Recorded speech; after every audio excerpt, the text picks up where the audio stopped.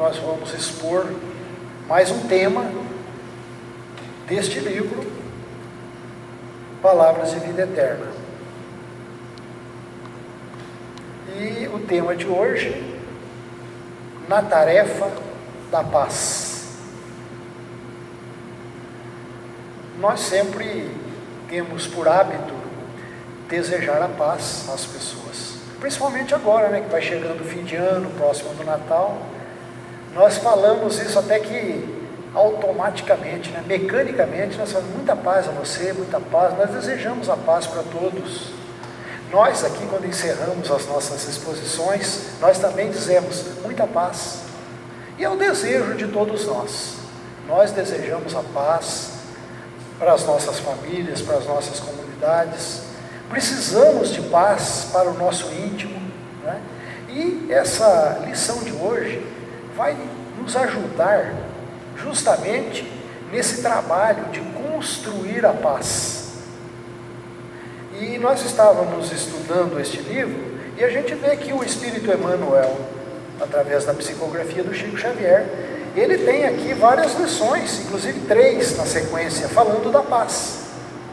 Ele tem a lição no sustento da paz, na tarefa da paz, que é essa de hoje, estejamos em paz. São 3 lições em sequência falando da paz. E mais lá na frente tem uma outra que fala paz em casa, que é o nosso reduto doméstico. Então só esse livro aqui são 4 lições falando a respeito da paz, essa paz tão necessária. Todos nós almejamos a paz, todos nós ambicionamos a paz, mas tem um probleminha aí, que raros de nós conseguimos ajudar a paz. Por quê? Nós aprendemos com o Espiritismo que nós temos duas palavrinhas aqui que significam os maiores empecilhos ao nosso crescimento, à nossa evolução espiritual. Essas 2 palavras são orgulho e egoísmo. Nos ensina a doutrina espírita que são os 2 maiores entraves à nossa evolução, ao nosso crescimento: o orgulho e o egoísmo. O orgulho é justamente a antítese, né, o contrário da humildade. Eu, pessoalmente, considero que conquistar a humildade é um trabalho difícil, porque nós temos ainda vaidades, nós temos orgulhos, não é? A gente ainda tem muitas prepotências, a gente tem muito isso de saber que nós sabemos e o outro não sabe, de querermos impor os nossos ideais, os nossos pensamentos. E a outra palavra, que é o egoísmo, nós já até falamos aqui várias vezes. O egoísmo é algo natural no ser humano, não é? Porque nessa saga evolutiva da humanidade, todos nós que viemos lá do princípio da ignorância, da simplicidade, nós que um dia, lá no passado remoto, né, vivemos nas cavernas como trogloditas, nós que fomos muito mais ignorantes do que somos hoje, não é? A gente certamente, nessa longa caminhada, a gente sempre pensou em nós próprios em primeiro lugar, não é? Nós pensamos naqueles tempos imemoriais, nós pensávamos sempre em salvar a nossa pele em primeiro lugar, ou cuidar da nossa prole em primeiro lugar. Isso é um egoísmo natural, não é? Nós somos assim, naturais. Mas, com o passar do tempo e com a evolução da humanidade, todos nós somos chamados vamos dizer, mudar as coisas, né, para melhor. Nós somos chamados, principalmente todas as religiões concordam nisso, nesse ponto, que nós somos chamados a substituir gradativamente esse nosso egoísmo exacerbado, transformar paulatinamente em fraternidade, né? Todas as religiões concordam, todas elas pregam, ensinam para a humanidade a fraternidade, o amor, né? Que foi o ponto máximo do ensinamento cristão, é o amor e a fraternidade. Então todos nós temos que trabalhar nesse sentido, para que haja paz, não é? Então, essas duas situações de orgulho e de egoísmo, sempre dificulta esse nosso trabalho na tarefa da paz, na construção da paz. E quando eu digo construção, todos os valores éticos e morais e intelectuais, todos os valores elevados, nós temos que conquistar. Isso não vem de graça, isso é fruto de muito trabalho, de muita perseverança. Assim como nós, pelos nossos desequilíbrios, pelas nossas desarmonias, pelas nossas escolhas equivocadas diante do nosso livre-arbítrio, muitas vezes nós escolhemos erradamente, equivocadamente, e nós nos digladiamos uns com os outros, nos desentendemos uns com os outros. Então nós também adquirimos esses maus hábitos, não é? Vícios e maus hábitos foram também adquiridos por nós. Então o grande trabalho da humanidade, e o grande trabalho de cada um de nós, é justamente gradativamente substituir esses valores negativos por outros valores mais elevados. Mas é tudo fruto de muito trabalho, de muita conquista. Não adianta a gente orar e pedir: Deus me dê paz, não é? Porque Deus, como é uma presença íntima em nós, então nós temos que botar Deus para trabalhar, quer dizer, nós temos que trabalhar, não é? Quando Jesus disse: vós sois deuses, então nós somos deuses, nós temos potência para isso, e temos que fazer um trabalho para a nossa melhoria, para o nosso crescimento. E quando se fala em paz, a primeira ideia que vem à nossa mente é a ausência de guerra. A gente ouve falar em tempos de paz ou em tempos de guerra, mas a humanidade sempre esteve em guerra, não é? Muitas vezes ela muda de lugar, muda de continente, de país, mas sempre há guerra. Desde que o homem é homem na face da terra, existe guerra. Se nós compulsarmos o Velho Testamento, na Bíblia, está cheio de guerra lá. Então o homem ele é belicoso, beligerante. O homem gosta de disputar. Então, quando a gente se refere à guerra, geralmente a gente acha que é um fenômeno atribuído aos desmandos políticos de ditadores cruéis. Principalmente a gente fala guerra, a primeira ideia que vem à nossa mente é a Primeira Guerra Mundial, a Segunda Guerra Mundial, a guerra de tal país contra tal país, e a gente sempre acha que é desmando político de ditadores cruéis. Isso é uma pequena amostra, né? Mas não é só isso, porque nós vivemos em sociedade. Existe uma lei natural que se chama lei de sociedade. Está no Livro dos Espíritos, na terceira parte das leis morais. Lei de sociedade. Nós todos, a humanidade, vive em sociedade. E a primeira sociedade nossa é o nosso próprio lar. É o grupamento familiar, onde os espíritos se reúnem através da reencarnação, justamente para se acertarem, para apararem as arestas, para corrigirem situações que se prejudicaram uns aos outros, situações equivocadas, para corrigir ódios, mágoas, ressentimentos, ou, por outro lado, o lado positivo, né? Os espíritos se agrupam em família para dar continuidade a projetos de crescimento, de evolução. Os espíritos que se amam, que têm afinidades, eles se agrupam com o intuito de dar prosseguimento a projetos construtivos. Os espíritos querem construir em conjunto. E quando existe o desenvolvimento do amor e da fraternidade, nós nos damos as mãos e não queremos deixar o nosso ente querido para trás. Nós queremos que eles caminhem conosco. Isso faz parte da lei da fraternidade e da lei do amor. Então, como nós vivemos em sociedade, dentro do lar e na sociedade fora do lar, e essa sociedade fora do lar ela é muito ampla, não é?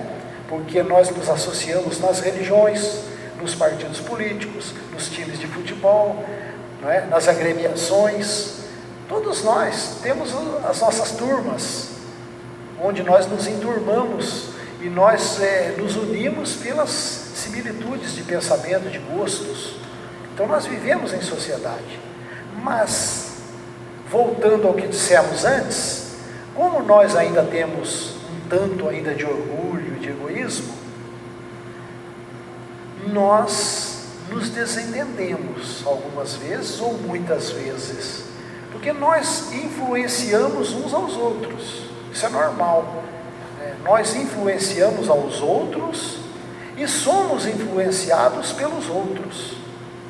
Existe aí, né, um compartilhamento de influências. E se nós não precatarmos conosco mesmo, com as nossas atitudes, quais são essas influências que nós estamos emitindo de nós? E quais são as influências que nós estamos admitindo dos outros para conosco? São questionamentos que nós temos que fazer na nossa intimidade, essas perguntas que nós temos que fazer no nosso foro íntimo, não é? Todos nós agimos uns sobre os outros. E aí então, vem uma pergunta que Emmanuel faz: o que fazemos nós para sustentar a paz? Quando Emmanuel faz essa pergunta, nós todos temos que fazer a nós mesmos. O que é que nós estamos fazendo para sustentar a paz? Porque quando nós dissemos dessas guerras que nós nos referimos, a gente vê as guerras em tamanho grande, né? De países contra países. E quantas vezes nós nos esquecemos ou não prestamos atenção nas pequenas guerrinhas íntimas, as guerrinhas que nós temos dentro de nós mesmos, guerras que nós temos conosco mesmo, por muitas vezes desequilíbrios psicológicos, desarmonias íntimas, pessimismo, muitas coisas ruins que a gente não consegue contornar dentro de nós mesmos, que nós não sabemos administrar, porque muitos problemas que temos, muitas vezes são desequilíbrios próprios de nós mesmos, talvez por não compreensão da vida, por não termos uma ampla compreensão da vida. E essa é a proposta do Espiritismo, é dar a nós uma compreensão ampla da vida. Então, existe muitas vezes essa guerrinha interior conosco mesmo, e que muitas vezes ela se extrapola e alcança aqueles que estão no nosso campo de ação, no nosso campo de convivência. Então, quantas vezes os desequilíbrios íntimos nossos afetam aqueles que caminham conosco, principalmente dentro do nosso lar, com os cônjuges, com os filhos, em que entramos em desarmonia, porque ainda nós não conseguimos acerenar, pacificar o nosso íntimo.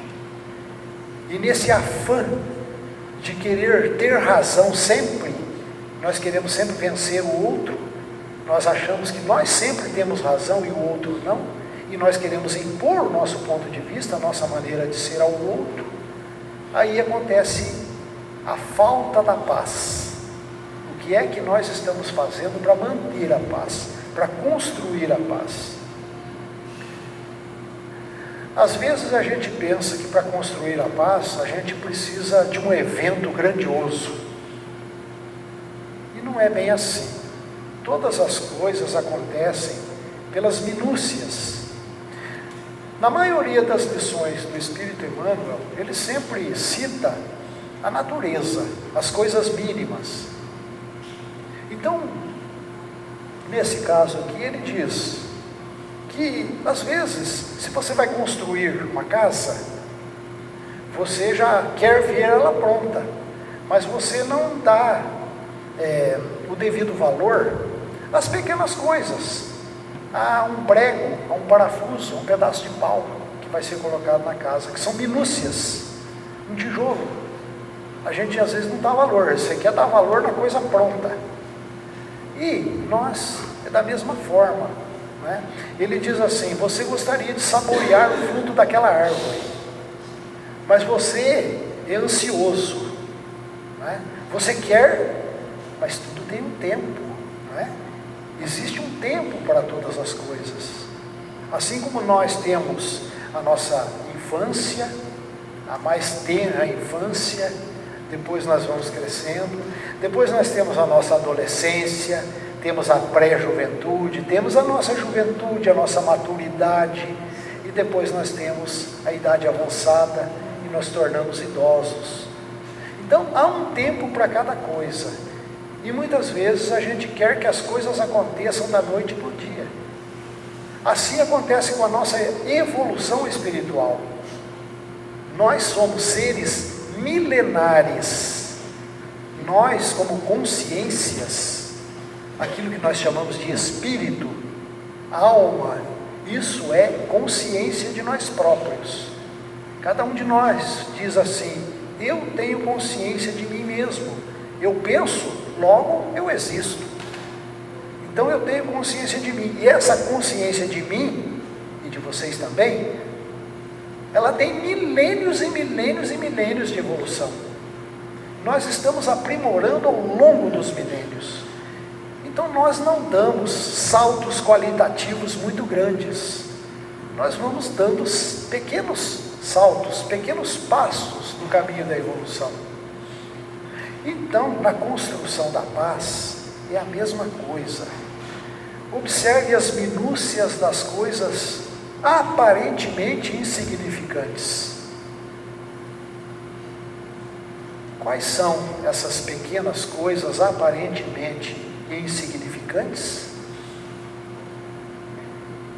Diz Emmanuel: inicia o teu processo de paz, quer dizer, processo, não vai acontecer de repente, é um processo em construção. Inicia o teu processo de paz, calando a inquietação no campo do próprio ser. Bom, Emmanuel disse isso aqui para calar a inquietação. Mas eu me lembrei, nós comentamos sempre isso aqui no grupo de estudos, que existem dois tipos de inquietação. Que existe uma inquietação que é positiva também, e existe essa inquietação negativa. A inquietação positiva é aquela que nos impulsiona ao progresso. Nós costumamos dizer que todo filósofo e todo cientista, ele é inquieto. Ele está sempre com a mente inquieta, porque ele não está satisfeito com aquilo que ele já conquistou, ele quer mais, ele quer buscar. Todo cientista é assim. E todo filósofo também, todo aquele que pensa e que busca na vida, porque nós temos que desenvolver essa capacidade de sermos buscadores. Veja que o Espiritismo nos chama a atenção para isto. Nós não deveremos ser simplesmente crentes passivos. Nós deveremos ser buscadores ativos. Nós devemos nos esforçar para buscar por nós mesmos, para conquistar a nossa autonomia espiritual e caminharmos com os nossos próprios pés, para não ficarmos eternamente na dependência religiosa de cair no céu as coisas. Como diz o próprio Emmanuel, nós somos pedinchões inveterados, nós pedimos muito, é natural que possamos pedir. Não estou dizendo que não devamos pedir, devemos sim, mas os nossos pedidos têm que ser ativos. Nós devemos tomar a iniciativa das coisas, ir em frente, querer e buscar. Dizer para nós mesmos: eu vou conquistar, eu tenho a potencialidade de Deus em mim, eu vou conquistar. Então é um trabalho a longo prazo, mas que exige de nós muita perseverança, muito esforço. Então as coisas não caem de graça simplesmente com reza, com promessa. A gente muitas vezes fala: toma lá, dá cá. Ah, meu Deus, me dê a paz. A gente deseja a paz, a gente quer a paz, mas vamos trabalhar para a paz. Então, como a gente disse aqui, inicia o teu processo de paz, calando a inquietação do teu campo próprio do ser. Esse calar a inquietação, não é essa inquietação que eu disse agora, que é essa inquietação positiva que nos impulsiona ao progresso, mas a inquietação de querer que a gente seja feliz da noite por dia.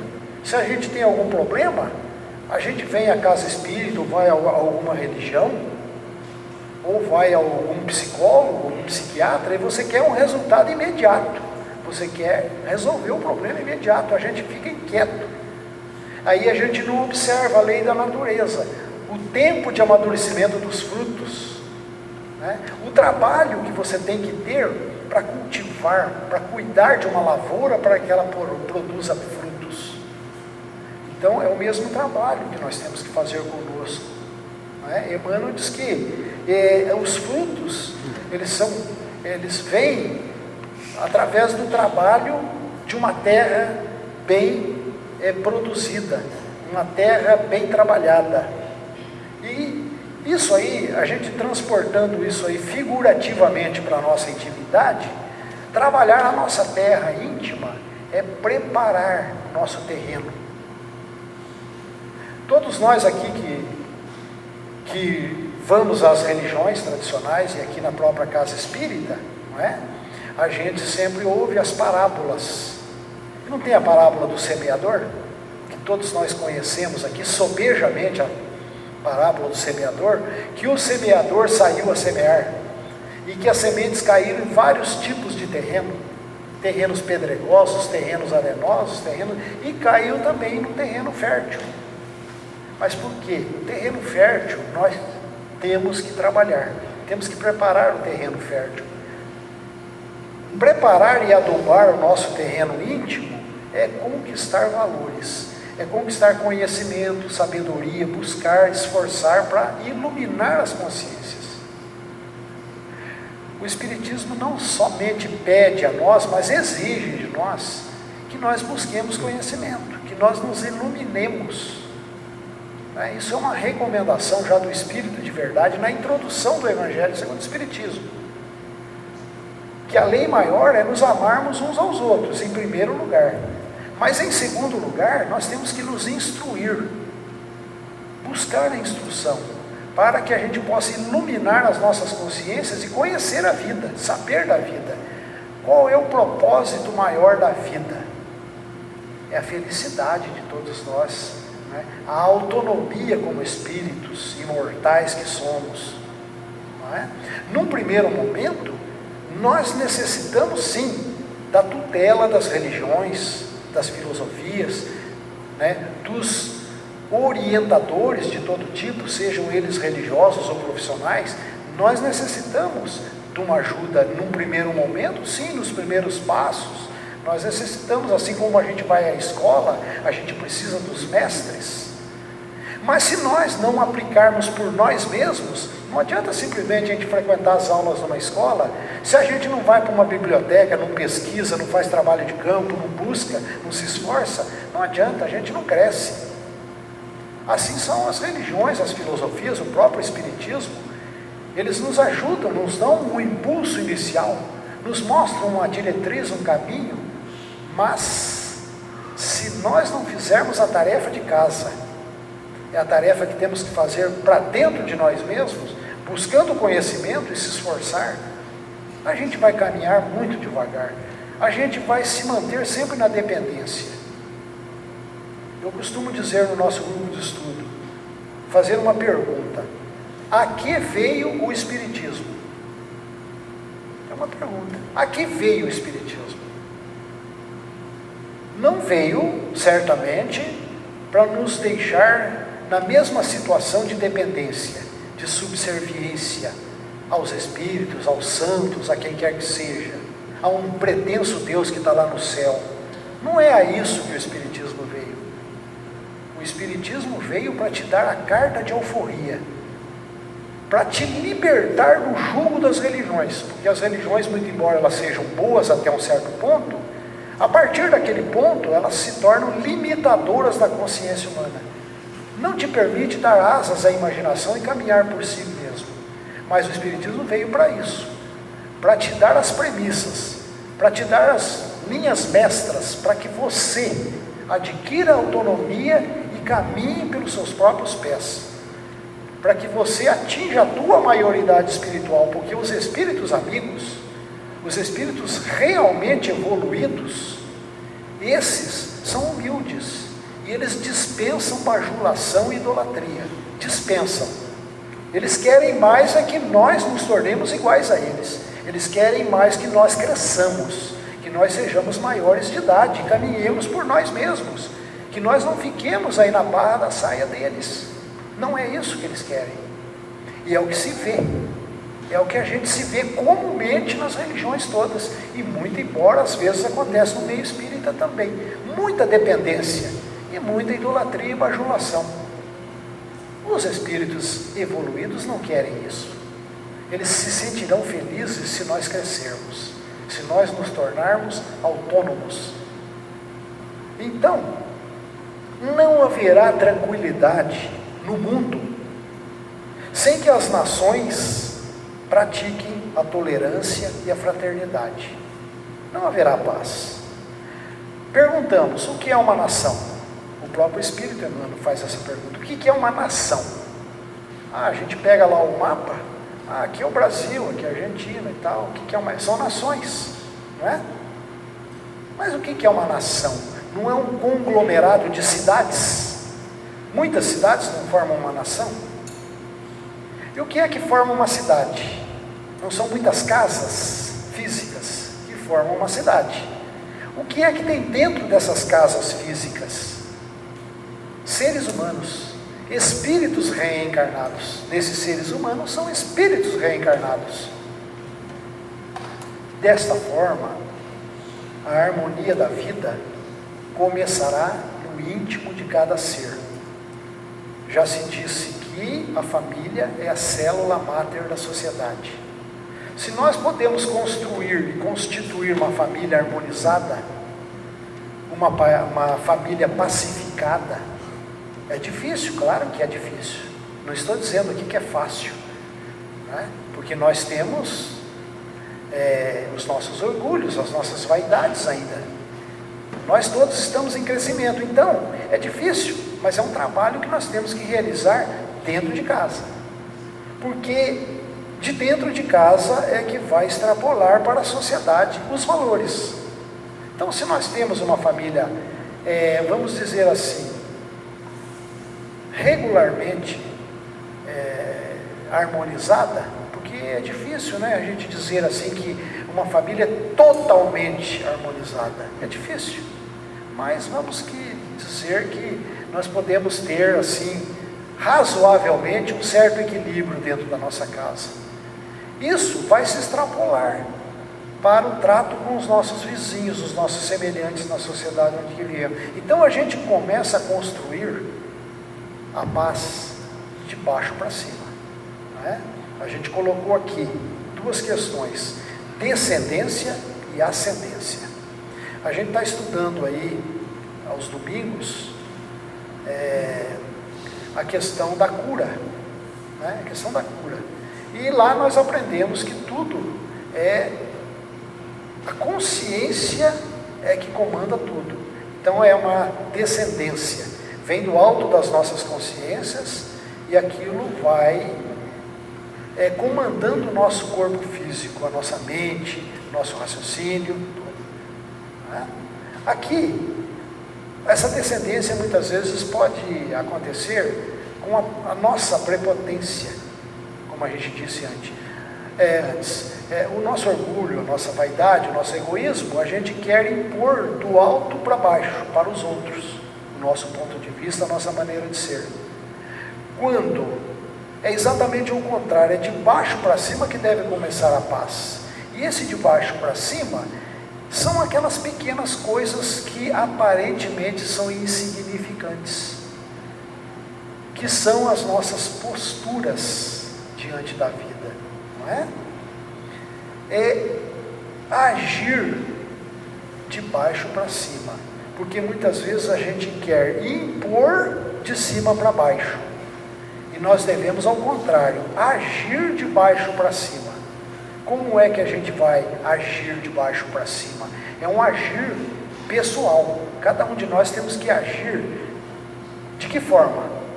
Por essas pequeninas coisas do dia a dia, a cooperação silenciosa, você estar sempre pronto a servir aos semelhantes, silenciosamente, sem impor condições, sem cobranças, sem nada.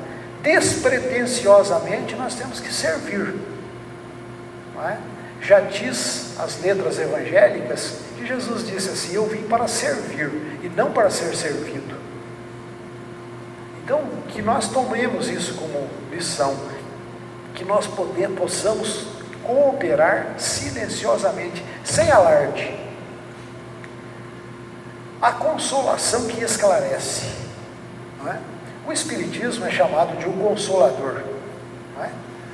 Eu digo que, de maneira geral, todas as religiões são consoladoras, não é? Uma conversa amiga com alguém que esteja psicologicamente equilibrado, essa pessoa é um consolador. Quando você tem grandes problemas e você precisa de um ombro amigo para desabafar os seus problemas, esta pessoa que te ouve é um consolador. O Espiritismo é um consolador? É, porque mostra a grandeza da vida, mostra a continuidade da vida, né? Mostra o encadeamento de situações que compõem o nosso roteiro evolutivo. Então o Espiritismo é um consolador porque esclarece, porque abre a nossa mente e nos mostra o futuro. A tolerância. Já tem aquela célebre frase no Espiritismo que diz o seguinte: qual é o verdadeiro sentido da caridade conforme entendia Jesus? 3 coisinhas, né? Benevolência para com todos. E às vezes a gente não tem benevolência. Qualquer coisinha que acontece, a gente já estrila, vamos dizer assim, a gente já se desarmoniza. Basta alguém contrariar as nossas vontades, as nossas mentes, a gente já se desarmoniza com outra pessoa. Então o verdadeiro sentido da caridade principia com a benevolência para com as pessoas. A outra situação é a indulgência para com as imperfeições alheias, porque todos nós somos imperfeitos, não é? E a gente tem que ter indulgência, quer dizer, você aceitar a imperfeição do outro, se colocar na posição do outro, para entender que nós também temos imperfeições, que se nós temos o dever de tolerar a imperfeição do outro, o outro vice-versa, o outro também tem que tolerar a nossa imperfeição. É recíproco, não é? Perdão das ofensas. É muito comum nós dizermos assim: não leva o desaforo para casa. Bateu, levou. Quantas pessoas dizem isso? Mas pessoas que ainda não desenvolveram uma sensibilidade, um entendimento das coisas. Benevolência, indulgência, perdão das ofensas. Porque grande parte das desarmonias universais, vamos dizer, do nosso planeta Terra, que grande parte das desarmonias, da falta de paz, é justamente por isso, por não termos benevolência e não perdoarmos, por guardarmos ressentimentos, guardarmos mágoas e ódios. E o que é pior, como nós sabemos que somos eternos, muitos espíritos desencarnam nessas situações lamentáveis e carregam no íntimo das suas consciências essa falta de perdão, essa animosidade, e levam para o mundo espiritual, porque nós deixamos o nosso corpo físico e continuamos a ser nós mesmos, e vivemos e continuamos com o nosso peso na consciência. Mas acontece que o peso na consciência também ele só vai acontecer no momento em que nós despertarmos para a responsabilidade. Porque enquanto estivermos ainda imaturos, enquanto formos espíritos ainda grosseiros, que não tivermos essa sensibilidade, nós estaremos pouco ligando se estamos guardando mágoa, ressentimento, falta de perdão, porque a gente não se tocou a respeito disso ainda. Isso é o maior veneno que o espírito pode carregar. Se nós queremos nos envenenarmos a nós mesmos, guardemos mágoa, guardemos ressentimento, porque nós vamos nos envenenar a nós mesmos. Porque dizem os espíritos amigos e os ensinamentos espíritas, que quando nós perdoamos verdadeiramente, esquecemos as ofensas, nós nos desvencilhamos, nós quebramos as algemas, porque aquele que não perdoa cria algemas com o outro, ele se torna prisioneiro de uma situação que não se liberta. Então cabe a cada um de nós, na tarefa da paz, que é o nosso tema de hoje, na construção da paz, principiarmos esse trabalho de dentro de nós para fora. É fazermos esse trabalho dificílimo, por sinal, de fazermos essa luta interna conosco mesmo, né? Isso inclusive tem uma analogia isso aí com aquela citação de Jesus nos Evangelhos, quando ele diz que eu não vim trazer a paz. Pensais que eu vim trazer a paz à terra? Não, eu vim trazer a espada. Né? E lá no Evangelho segundo o Espiritismo, esse capítulo tem como título Moral Estranha. Estranho, né? Jesus fala assim, eu não vim trazer a paz, não, eu vim trazer a espada. Então a gente tem que entender isso aí, psicologicamente, profundamente. Né? Porque essa espada aí, ela significa o ensinamento da Boa Nova. Essa espada é uma ferramenta que nós vamos ter que aplicar dentro das nossas próprias ignorâncias, das nossas próprias imperfeições. Ela significa uma guerra que nós temos que travar conosco mesmo, com as nossas imperfeições que estão ali incrustadas milenarmente. É um trabalho a longo prazo, que demanda muito esforço, muita perseverança de todos nós. É uma recomendação para todos nós, não é? A gente que está aqui, falando isso aqui, estudando isso aqui, a gente diz para a gente mesmo, isto é para mim, em primeiro lugar. Eu estou aprendendo isso aqui, pretendo fazer esforços nesse sentido. Pretendo fazer esforços. E a gente tem que sempre bater nessa mesma tecla. Isso tem que se tornar um mantra na nossa vida. A gente tem que repetir sempre isso, para que isso fique gravado na nossa mente, para que a gente não esqueça dessas recomendações que nós temos que trabalhar de dentro para fora. Temos que começar de nós mesmos, antes de querer impor para o outro. Nós temos que trabalhar pelo exemplo, ser exemplo, para que a gente possa dar a nossa pequena fatia de contribuição para a construção da paz, na tarefa da paz. E para não ser repetitivo, muita paz a todos. Muito obrigado.